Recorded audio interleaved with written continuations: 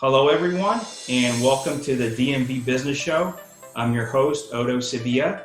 Today, I have a very special guest, Stephanie Shin. She is Assistant Director for Entrepreneurship at MICA. For those of you who may not know what MICA is the Maryland Institute of College of Arts located in Baltimore. She's also a very deep and has done a lot of work in the entrepreneurship and business community in Baltimore. So Steph sits on several boards, some of them being Openworks of Baltimore, the Baltimore Business Lending, and Innovate Maryland. Steph, welcome to the show. Thank you so much for joining us. Thank you. So happy to be here. Thank you. So before we speak about what you're doing currently, I like to go back and just to get an idea, and for the audience to get an idea how it all started as far as where you grew up and where you're from. Sure, absolutely.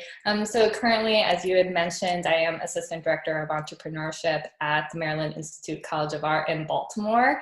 Funny enough, I've grown up in Baltimore County and I still reside here. And it really wasn't until I started working at MICA almost 4 years ago that I really started to embed myself within the Baltimore City community, learn more about their entrepreneurship ecosystem, and to really dive deeply into that layer of my work.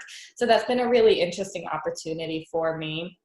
I am a first generation Chinese American, and so that's an identity that I've brought with me to all of my workplaces and something that I carry with me through all the community work that I do. I'm very proud of that. And I think that is something that has shaped a lot of what I've been able to do in the communities that I work with. And were you born here or were you born in China? I was born here, so I've spent my entire life here in the Cockeysville, Baltimore County area. I went to Towson University for my bachelor's degree. At that time, I was studying international business, thought I would end up working at a multinational corporation, and I started working at our business incubator at Towson. And that was really the first foray into entrepreneurship and innovation. Started working there during my senior year of college, and I fell in love with that work, and I've been in the entrepreneurship ecosystem ever since. Well, before that, let me go way back. So you were born here, both parents also, mom and dad from China? Yes, correct. What part of China? Mm-hmm. My mom was from Hong Kong, and so I've actually never had the pleasure of going Really? visiting. You've never been? I know, it's on my to-do list. That is on my list too. Well, not anytime soon, of course, but yes. Exactly. But it's definitely on my travel to-do list. Hopefully I'll be able to get there in somewhat the near future, but we'll see. And also dad from Hong Kong? Correct. Okay. So you grew up in the Baltimore County area, right? So you did elementary, middle school, junior high, and high school there? Yep, absolutely. I'm curious, as a child, were they, for you, any entrepreneurial tendencies or any business, or what did you like as a kid? What were you interested in? Yeah, well, I've always been interested in business. So originally I was leaning more towards a fashion marketing and merchandising route. So I thought, I'll go to Towson, I'll get my bachelor's degree in business there, and then I'll go and get a master's degree at a more specialized fashion and design school. And I ended up not doing that because of that first foray into business incubation and entrepreneurship. I loved that work so much that that's the path that my career has ended up taking. But my father was an entrepreneur. He had his own businesses, and my mom was a stay-at-home mother. And so I think I picked up a kind of this entrepreneurial sense and a love for this type of work just based off of the exposure that I had growing up. So you saw that firsthand at home with your father and his businesses. Exactly. Were you ever involved or helped out, or no, just saw from a distance? No, just saw from a distance, but business has always been something that I've been interested in. And so it's kind of funny how things have come full circle.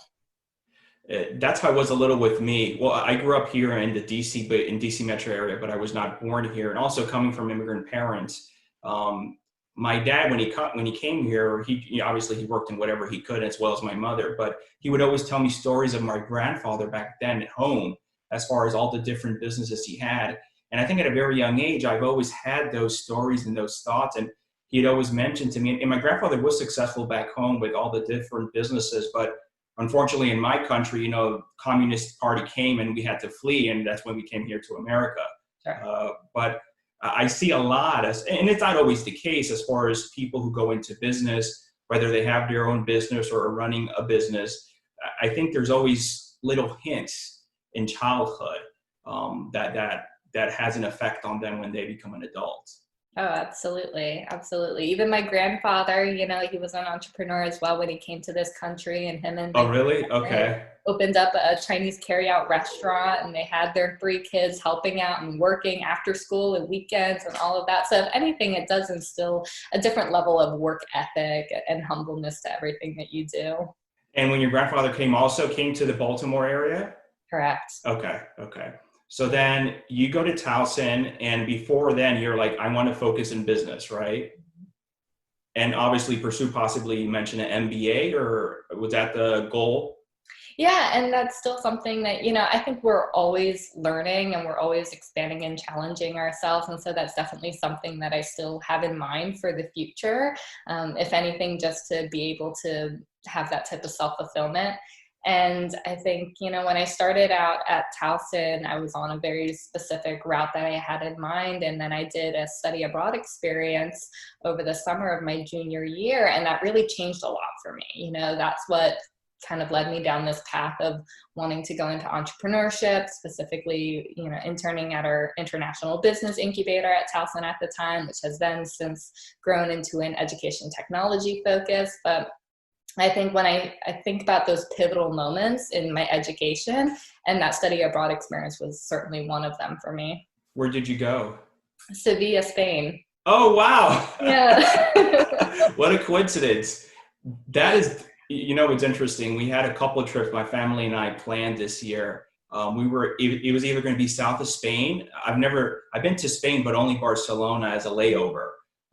But Sevilla, and then I think Costa del Sur, which is the south of Spain, that coast where Marbella is and everything. But in the end, we decided to do Israel because we have family there that's getting older. We wanted our children to meet them. Sure. But obviously all that has been canceled because of the pandemic. But hopefully within the next few short years, Spain will be there. And Sevilla is definitely a must since I do have that last name. So I have to. Absolutely. My husband and I, we were actually planning on going back this year because that would have marked 10 years since my first trip to Sevilla. And clearly that's not happening. So maybe we can get there, in year 11 or 12. How is Sevilla? I don't know many people. When people go to Spain, they go to the usual spots, Madrid, Barcelona, and other parts of the coast. But you don't hear many that travel to Sevilla.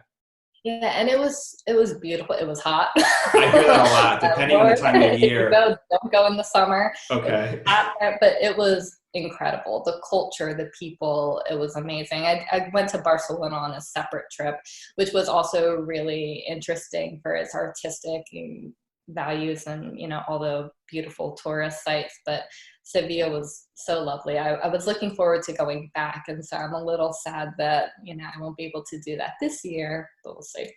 So what was it in Sevilla, Steph, that sort of opened your eyes to that world of entrepreneurship that made you to decide or pivot? Yeah, I think first off, having the cohort of my peers and being able to go together and experience that, even though I was an international business major, I had never traveled internationally. Growing up, we barely even took vacations domestically, let alone traveling internationally. That really lit a fire under me. It became a lifelong passion of mine. I love to travel still. I'm fortunate that when my work has some of that flexibility and professional development opportunities for me to be able to go and travel and go to conferences and to learn what is working in other cities and to be able to bring that back to MICA and to Baltimore, which I absolutely love and appreciate.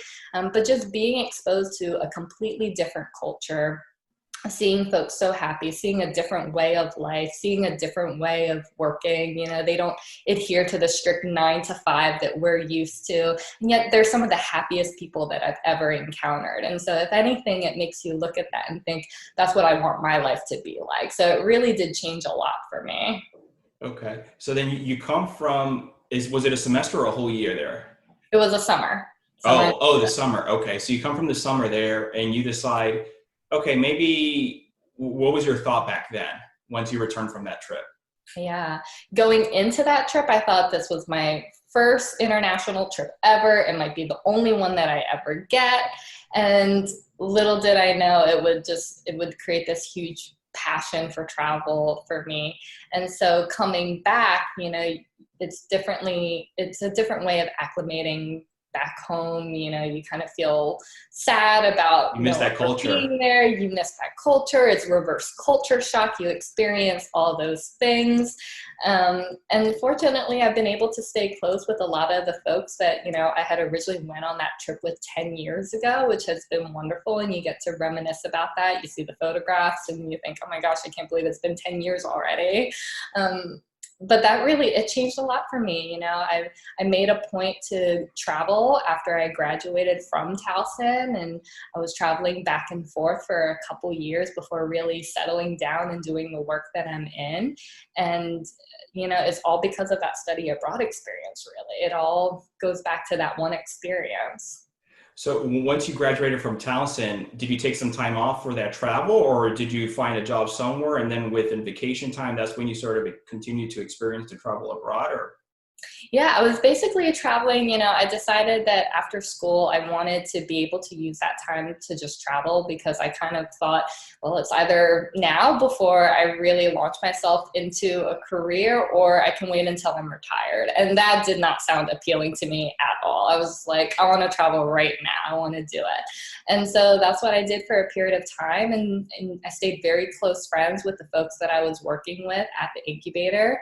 And, fast forward a couple of years, one of my colleagues there decided that it was time for her to transition out to a different position at Honest Tea. And she said, if you're interested in coming back, I think you'd be great for this.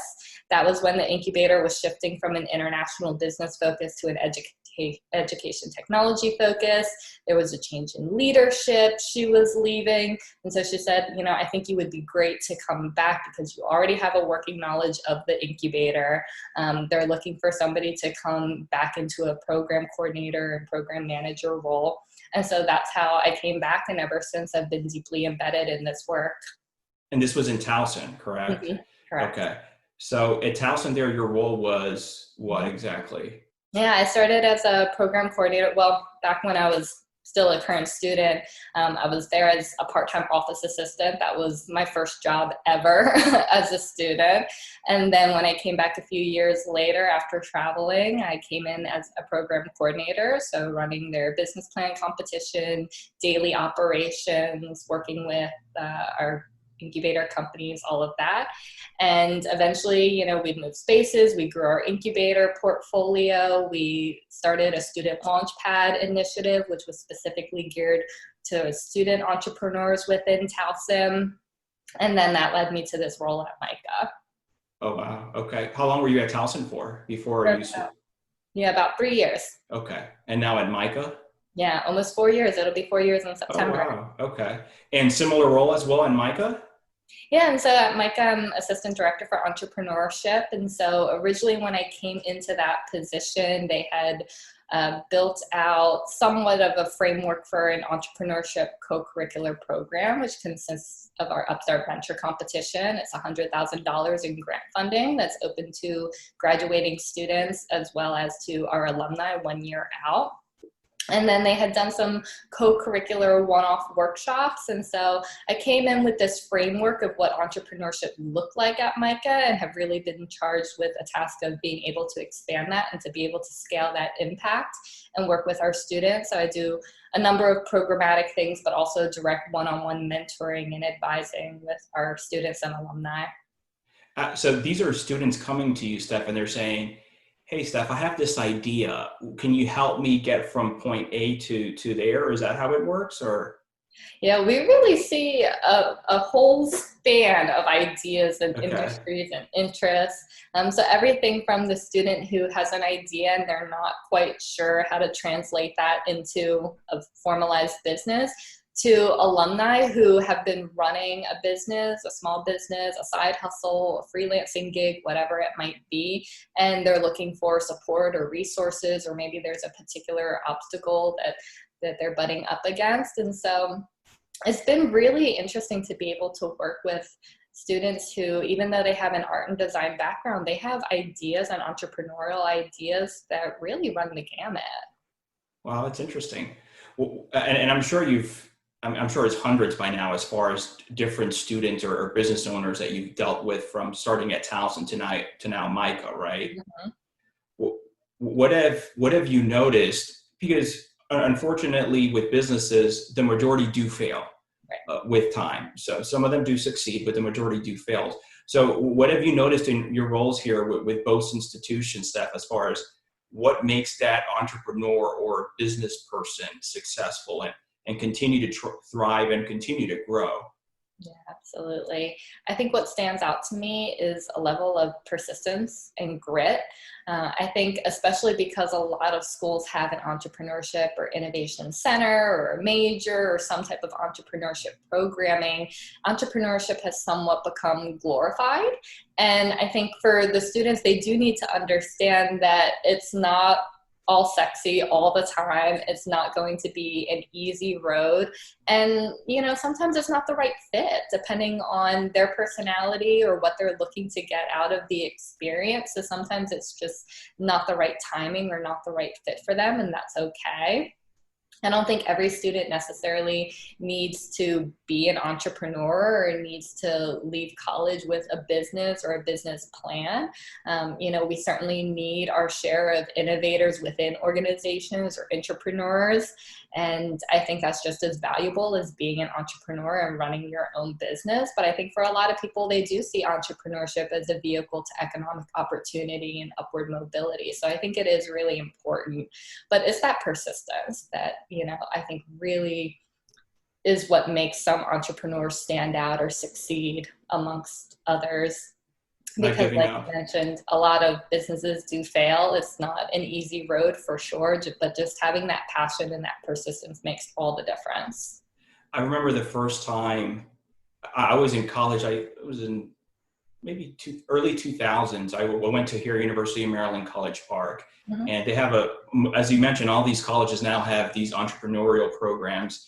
And I was in logistics class with a classmate. And he was like, yeah, I'm going to major in entrepreneurship. I didn't even know it was a major. I've always been into business, but my major was economics. Okay.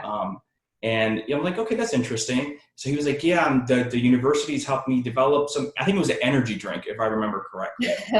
And this was back then when sort of Monster was a big rave, or, and this is pre-entrepreneurship being hip as it is now the last few years. Unfortunately, I don't think it was a nice guy. I don't think it went anywhere. I don't know what he's doing now, but as you mentioned, it is persistence. It is sticking through. I think you should bring him on for your next podcast. Let's hear what he's doing. I should connect with him again and see what he's up to now. Right. Now, what you personally, what would you say it's your motivating factor here? Mm-hmm. I think a love for this type of work, a desire to want to help people, whether they're students, alumni, community members, any entrepreneur, any person with an idea. That's what I'm really passionate about. That's what I always want to do. I don't really think about the scope of my work as only being what's written in a job description. I'm the type of person where if I can help you, I'm going to help you. So whether that's somebody reaching out to me on LinkedIn for advice, or whether that's somebody who's asking, hey, you work at MICA, I have this project that I'm working on, how can I hire an artist or designer? Or for our students who walk into my office and they say, I have an idea, I'm not really sure what to do with it, can you help me? I love just being able to help folks who are entrepreneurial, who want to take that next step. Out of all the people you've helped so far in your career, does any one or two particular individual, guy or gal come to mind that you've seen them thrive out there? And if you can mention them or what businesses are they running now? Yeah, absolutely. So I think back to a student who I I've worked with at Towson University, Bobby Gattuso. He launched a business called Hop Theory. He launched a successful Kickstarter, raised, tens of thousands of dollars to launch his business. And I think the relationship that my colleagues and I had developed with Bobby, it really was one of the most rewarding interactions I can think of with a student, because there were times when Bobby didn't necessarily need any support from us, but he would come into the office to just talk with us and to let us know what's going on with his business. And even to this day, every now and then we'll shoot each other a text or a DM on Instagram and see what we're working on. And so I think back fondly to my interactions with Bobby. I think about some of the students that I first met when I came to MICA, like Winston Frazier, who runs a company called Dene. He does 3D printing consultancy work. He originally was doing 3D printed prosthetic covers for lower limb amputees to be able to customize the look and the feel of their prosthetic and to be able to have their bodies look the way that they want it to. Oh, wow. And so Winston is one of those students who, when I think about persistence, that is Winston to a T. Absolutely. He's been working on this business for a number of years, never quits, never lets up. He has all that hustle and the determination. He puts in the sweat and the work because he loves the business. And he's another person who just wants to be able to help other people. So is he still doing the prosthetic and also doing the consulting as well? He is. Oh, that's good. Yeah, he's located out of the 1100 Wacomico office space downtown in Baltimore. Okay. And what was Bobby's business? What was the name again? It's called Hop Theory. Hot, H-O-T? Hop, H-O-P. Oh, Hop Theory. Yeah. So his what idea, did they do? He essentially made sachets of hops and different flavorings for you to be able to put into light beer so you can turn it into a craft beer. Oh, that's interesting. Yeah, and if I remember correctly, I think Bobby was originally a biology major. So when we think of entrepreneurial students and where they're coming to within the universities and colleges, it's not just the business school. It's not just the engineering school. It's coming from everywhere. Wow. And is Bobby still doing that business? Yeah, I think Bobby's still working with Hop Theory. He's had a number of other ideas as well to kind of launch other beverage and food products. And okay. Also, when you think of an entrepreneurial spirit, a lot of the time it's not just the one idea that they're working on, but all the other iterations and product lines that come after that. They're very creative individuals. For sure. What would you say is you're most proud of right now thus far in all your career? Yeah, I think, so I mean, clearly I'm proud of the work that we've been able to do at MICA. I give a lot of credit to the incredible leadership under our president, Sammy Hoy. He's really had this vision for creative entrepreneurship. And so I'm very proud of the work that we've been able to do and turning a co-curricular entrepreneurship program into a $5 million Center for Creative Entrepreneurship funded by the Ratcliffe Foundation. So clearly that's been one of the highlights of my career thus far, but also just the work that I've been able to do with Innovate Maryland, which is a nonprofit supporting student entrepreneurs across all higher education institutions within the state, being able to help launch a pre-accelerator program that's running this summer, helping students to take their idea to their minimum viable product and position them in a way that they're able to go ahead and then apply to their school's accelerator or incubation programs and be more competitive applicants for those programs. The work that I've been able to do with Baltimore Business Lending and providing small business capital to underserved entrepreneurs and communities has been deeply rewarding. And then everything that I'm doing at Openworks as well as a board member, and just being able to make sure that technology and space is accessible to creative entrepreneurs and to makers in the community. I'm glad you mentioned, Steph, the three organizations you're involved with, and I actually wanted to bring that up. So Openworks of Baltimore, what do they do exactly? Sure. If you've never been to Openworks, definitely you have to come and check it out, because that's really going to give you the full breadth of the incredible work that they've been able to do. But it's a maker space in Greenmount West in Baltimore City. So when you think of a maker space, there's great facilities for 3D printing, sewing and textile work, woodworking, all of that. So it's an incredible space. It's something that's really needed within the community. But they also provide educational classes as well for folks, and opportunities to be able to grow your skill set. It provides a community for makers to be able to connect and learn from one another and to work alongside each other.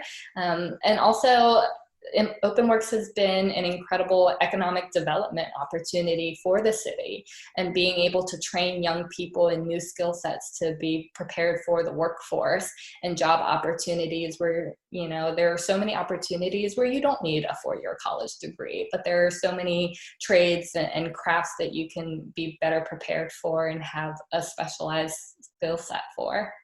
So they have classes, and they obviously have to pay to attend these classes, correct? Okay, that's how it works. Okay, interesting. So they do everything like welding, 3D, woodworking, whatever it may be. Okay. Absolutely. Oh, if you want to brush up on your software skills, learn AutoCAD, Adobe products, all of that, it's a really wonderful facility.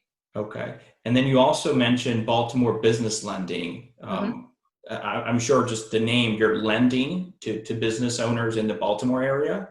Correct. To small businesses within Baltimore City. And small businesses, you know, when you think of some of the challenges that they're facing, a lot of the time it is access to capital. Oftentimes you need money or collateral in order to get the loan that you need in order to start or to grow your business. So what Baltimore Business Lending does is they take no collateral, and they provide small business loans to small businesses in the city. And I think that's something that's really important for folks.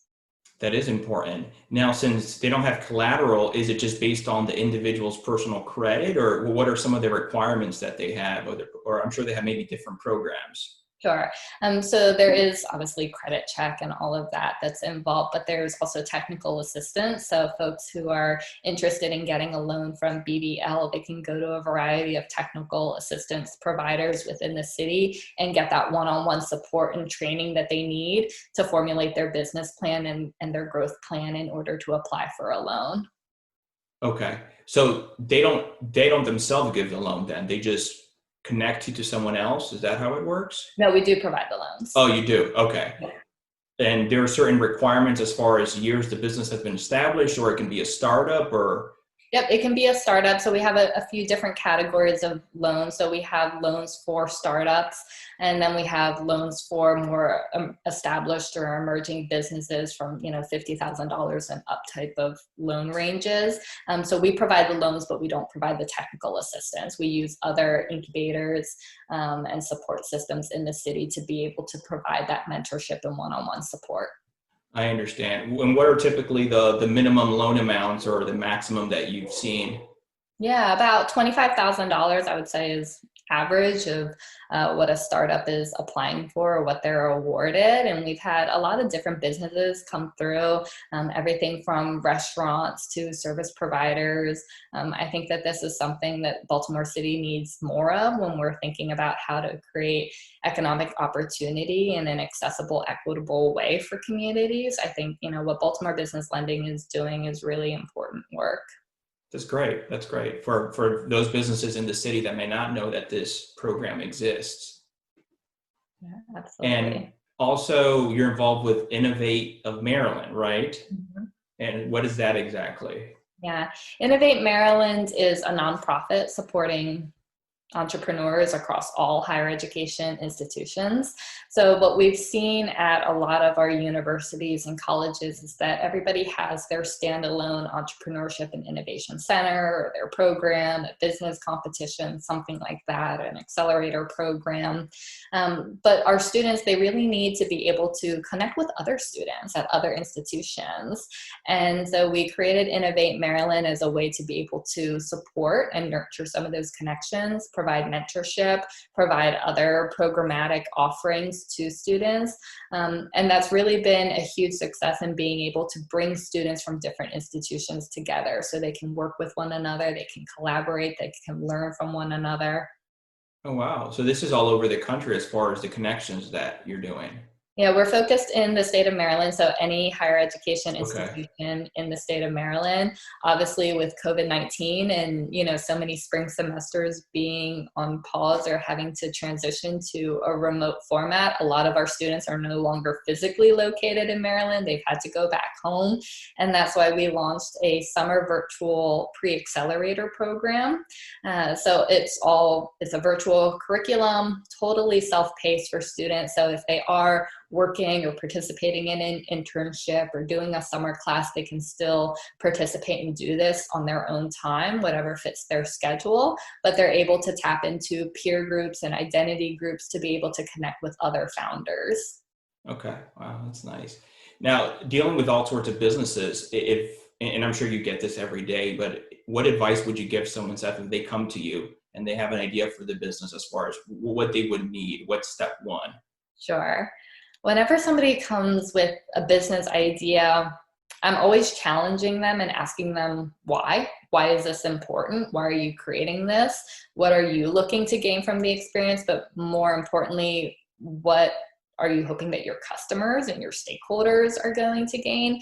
And I'm always encouraging themselves to challenge themselves and ask themselves why. So every decision that you make about your business, why are you doing that? Making sure that they're really validating the assumptions that they have, making sure that they're doing their due diligence and their customer research and actually talking to their customers versus putting all their time and resources into building an idea that may or may not actually have a place in the market. Okay, I understand. Now we're heading into the fast round. The fast round basically is I ask a basic question and you give a simple statement, whatever comes to mind first. You ready? Sure.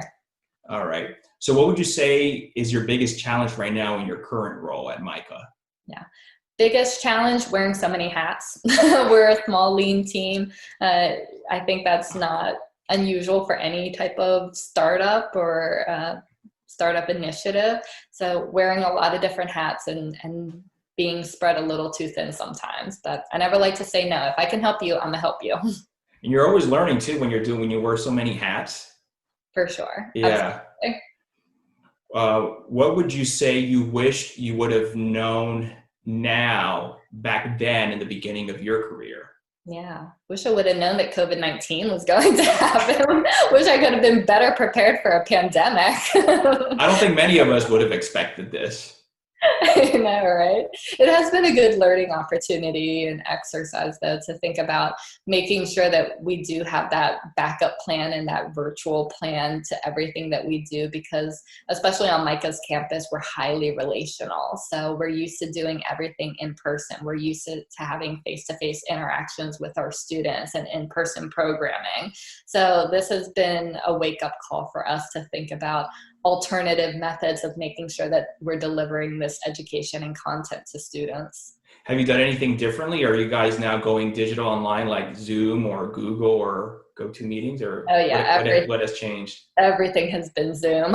Okay, So okay. even last semester, we run our Upstart Venture competition, which I mentioned. It's $100,000 in grant funding to graduating students and alumni that are 1 year out looking to start or to grow a business.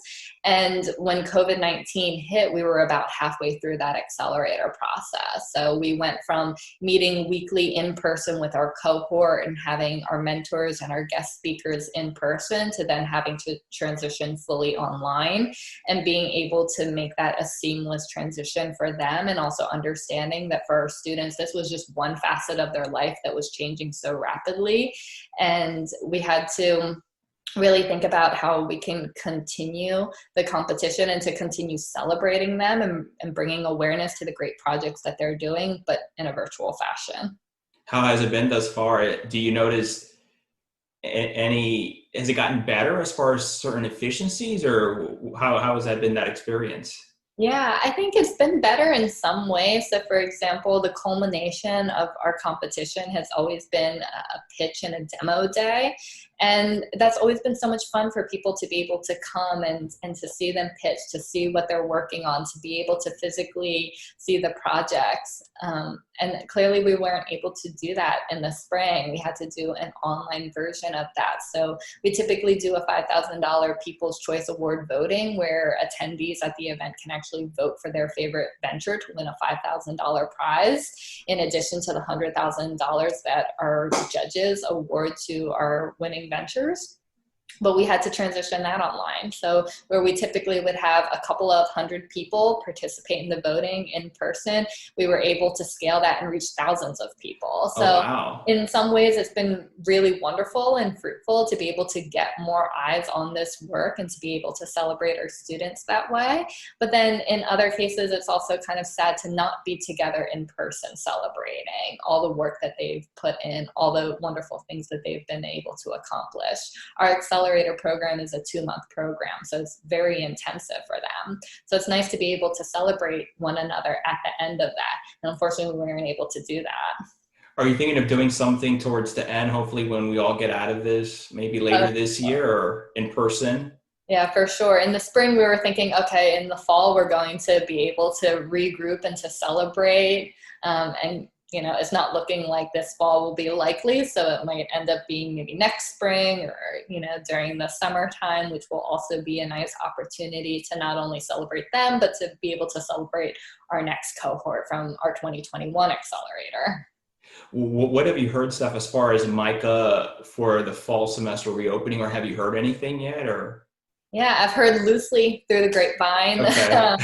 I think MICA is very much committed to providing an in-person education experience for folks. And I think they're still working out some of the details and the logistics of how to be able to do that, especially for our studio classes where they need access to the facilities to be able to make. Sure. But I think all those details are still to come. So at this point, we can only speculate what's going to happen. And even then, you plan for one scenario and that might go out the window. Exactly. I heard recently, I think a few Ivy League schools, I'm sure you've heard, have taken away the SATs and these exams to enter. Yeah, that's amazing. And I think it might be a permanent thing. They were saying how they've been thinking about this for a while, and now with this pandemic, it's going to be more of a permanent thing for them, which is interesting. It is, absolutely. It would be interesting to see if this is something that ends up being a long-term systematic change. I think there's pros and cons to each way, but I think right now it's a really challenging time for higher ed in general. It is. When I say success, who or what do you think of? Success. Oh gosh, when you say success, I think success is so personal. I think a lot of entrepreneurs would immediately gravitate towards financial success and what does that look like or mean for them.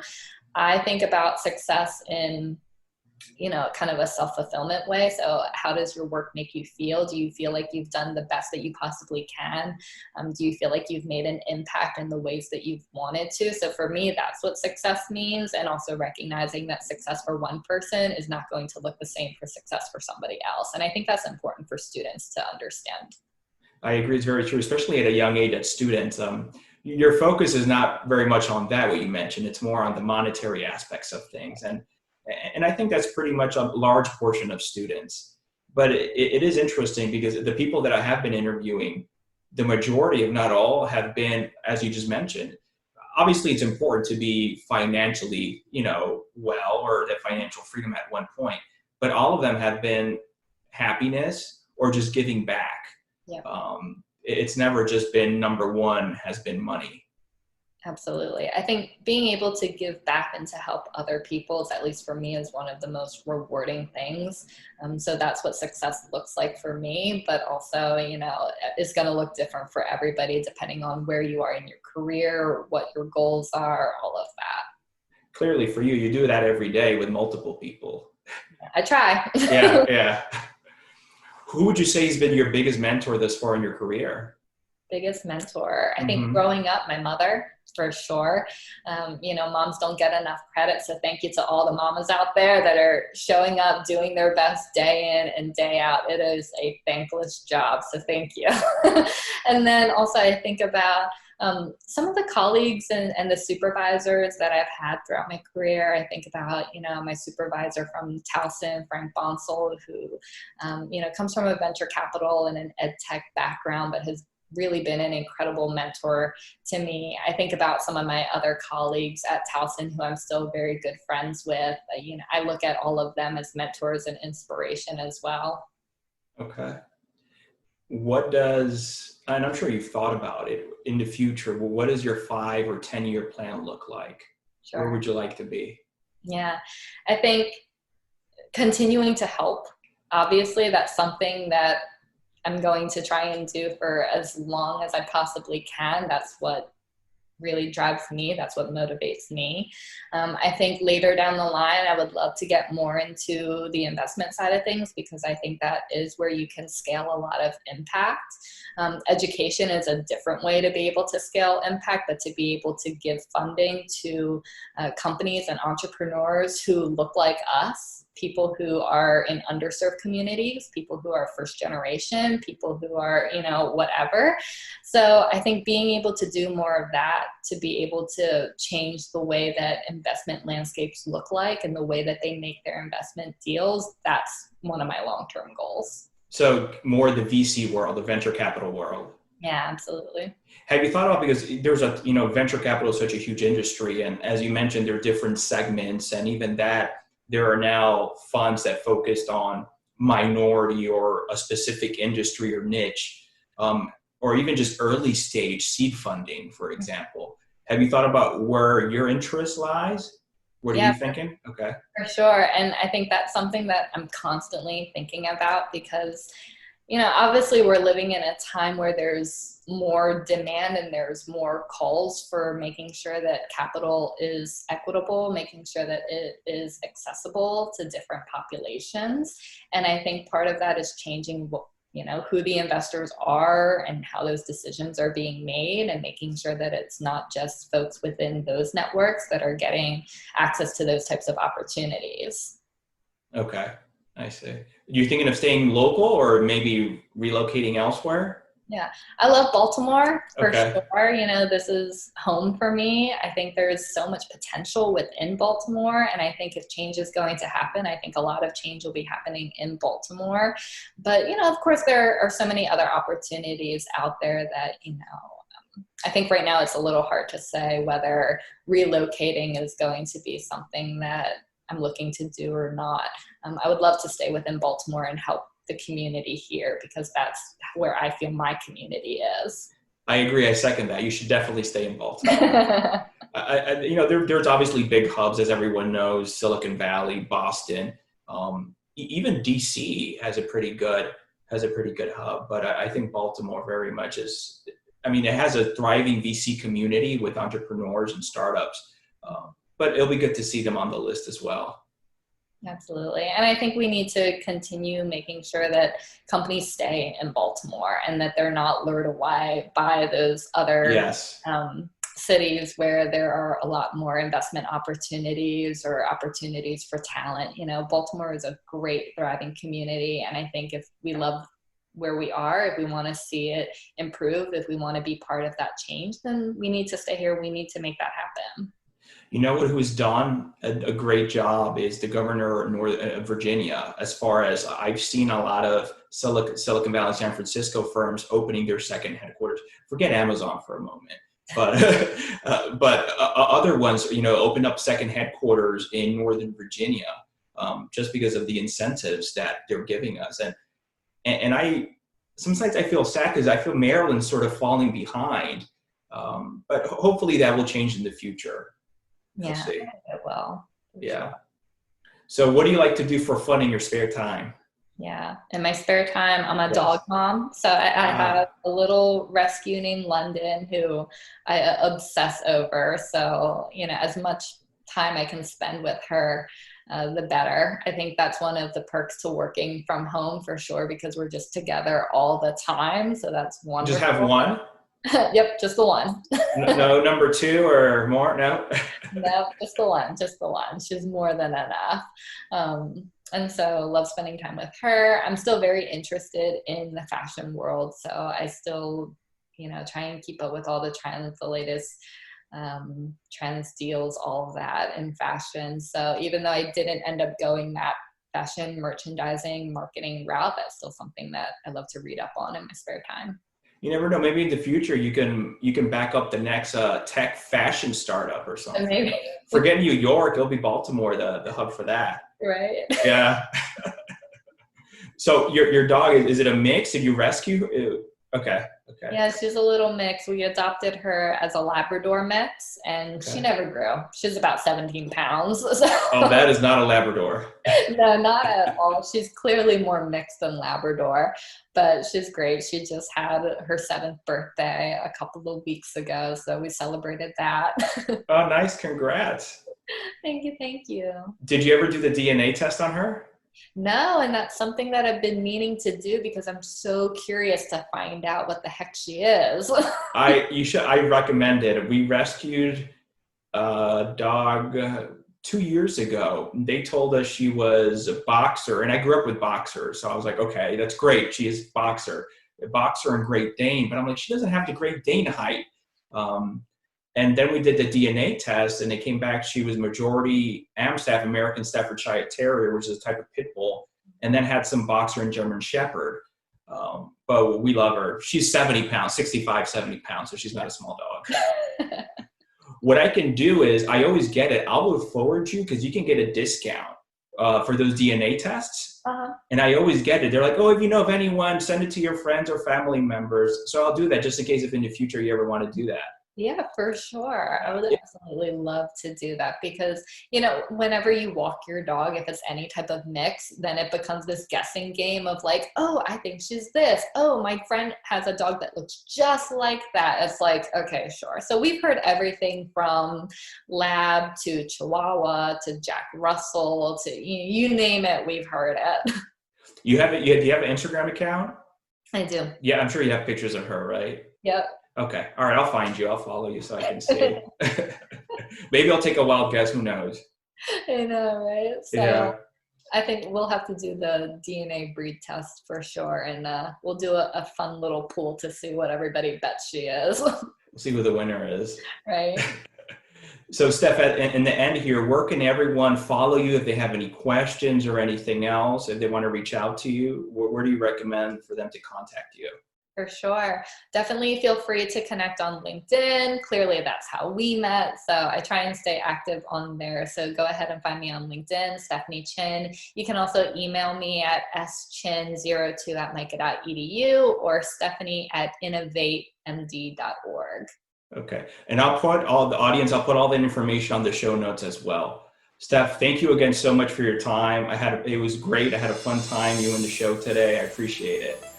Thank you. I appreciate it. I hope that you stay happy, healthy, and safe. Thank you. You too. You and your family. Thank you. All right. Bye. Thanks.